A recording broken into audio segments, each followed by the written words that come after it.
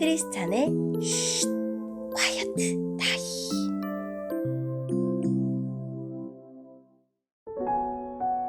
샬롬 크리스찬 성도님들 반갑습니다. 오늘의 본문은 사무엘상 4장 1절부터 11절까지의 말씀입니다.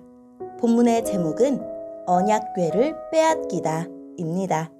본문을 읽기 전에 어떤 내용인지 요약본을 먼저 읽어드릴게요. 사무엘에게 주신 말씀대로 엘리 가문에 대한 심판이 진행됩니다. 먼저 엘리의 두 아들 홈니와 비느하스가 블레셋과의 전쟁 중에 죽습니다. 오늘의 본문 1절입니다. 사무엘에 대한 소식이 온 이스라엘에 퍼졌습니다. 그때에 이스라엘 사람들이 블레셋 사람들과 싸우러 나갔습니다. 이스라엘 사람들은 에베네셀에 진을 쳤고 블레셋 사람들은 아벡에 진을 쳤습니다. 블레셋 사람들은 대형을 갖추어 이스라엘 사람들과 싸울 준비를 했습니다. 싸움이 시작되자 블레셋 사람들이 이스라엘 사람들을 물리쳐 이겼습니다. 블레셋 사람들은 이스라엘 군인 4,000명가량을 죽였습니다. 그러자 나머지 이스라엘 군인들이 자기들 진으로 돌아갔습니다. 이스라엘의 장로들이 말했습니다. 어찌하여 여호와께서는 오늘 우리를 블레셋 사람들에게 지게 하셨을까? 여호와의 언약궤를 실로에서 이곳으로 가져오자. 그리고 그 언약궤를 우리 가운데 있게 하자. 그러면 하나님께서 우리를 원수에게서 구해 주실 것이다. 그리하여 이스라엘 백성은 실로에 사람을 보냈습니다. 그들은 만군의 여호와의 언약궤를 가지고 왔습니다. 엘리의 두 아들인 홈니와 비느하스도 하나님의 언약궤와 함께 있었습니다. 여호와의 언약궤가 진으로 들어오자 이스라엘 사람들은 모두 기뻐서 땅이 울릴 정도로 크게 소리를 질렀습니다. 블레셋 사람들이 이스라엘의 외치는 소리를 듣고 물었습니다. 히브리 사람들의 진에서 나는 이 소리는 도대체 무슨 소리인가? 블레셋 사람들은 여호와의 궤가 히브리 사람들의 진에 왔다는 것을 알게 되었습니다. 그들은 두려워하며 말했습니다. 신이 히브리 사람들의 진에 왔다. 큰일 났다.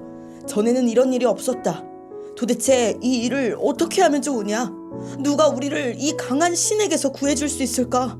이 신은 광야에서 이집트 사람들에게 온갖 괴로움을 주었던 바로 그 신이다. 블레셋 사람들아, 용기를 내어라. 사내답게 싸워라. 전에 히브리 사람들은 우리의 노예였지 않았는가? 이제 사내답게 싸우자. 그렇지 않으면 너희는 그들의 노예가 될 것이다. 그리하여 블레셋 사람들은 용감하게 싸워 이스라엘 사람들을 물리쳐 이겼습니다.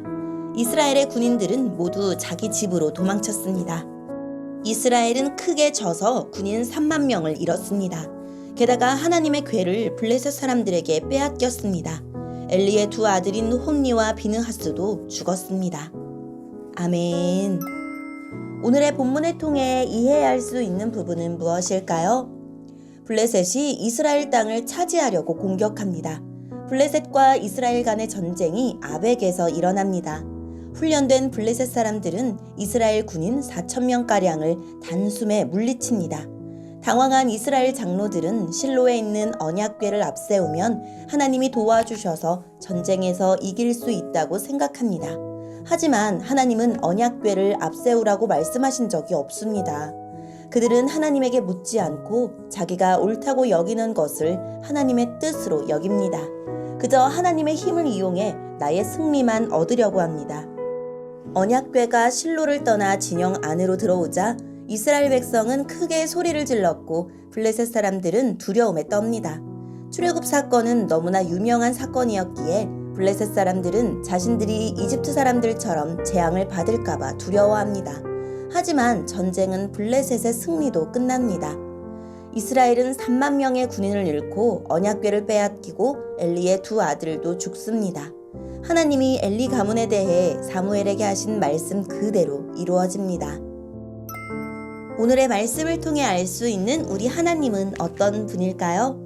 실로의 성소와 언약궤는 주님이 이스라엘과 함께 하심을 보여주지만 그 자체로 주님을 대신할 수는 없습니다.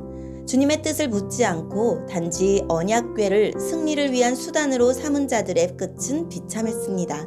그들에게 언약궤가 없어서가 아니라 주님이 함께하지 않으셔서 패한 것입니다. 내가 예배하고 묵상하는 그 시간에 주님이 함께 하시는지 살펴보십시오. 오늘의 본문을 통해 우리에게 주시는 교훈은 무엇일까요? 신앙은 주님을 이용하는 것이 아니라 주님 뜻을 따라 살아가는 것입니다. 그러므로 내 소견보다 주님 뜻이 중요하고 내 판단보다 주님께 기도하는 것이 앞서야 합니다. 말씀을 묵상하고 기도하는 목적이 무엇입니까? 내 필요를 구하기보다 먼저 주님 뜻을 찾아야 합니다. 이스라엘 백성은 하나님 말씀을 소유했지만 하나님 말씀대로 살지 않았습니다. 겉보기에는 하나님과 가깝게 지내는 것처럼 보였지만 마음속에는 하나님의 자리가 없었습니다. 묵상도 말씀을 읽는 것으로 끝나지 말고 실제 일상과 맞닿아야 합니다. 나는 말씀의 적용과 실천으로 묵상의 꽃을 피우고 있나요? 오늘의 말씀을 통해 각자에게 주시는 성령 하나님의 음성에 귀를 기울이며 살아계신 하나님, 제가 말씀 겉핥기식 신앙생활이 아니라 하나님을 깊이 만나는 신앙생활을 할 수 있도록 오늘도 저를 붙들어 주세요 라고 기도하고 말씀으로 승리하는 하루를 살아냅시다. 여기까지 크리스찬의 쉿 콰이어트 타임 이었습니다.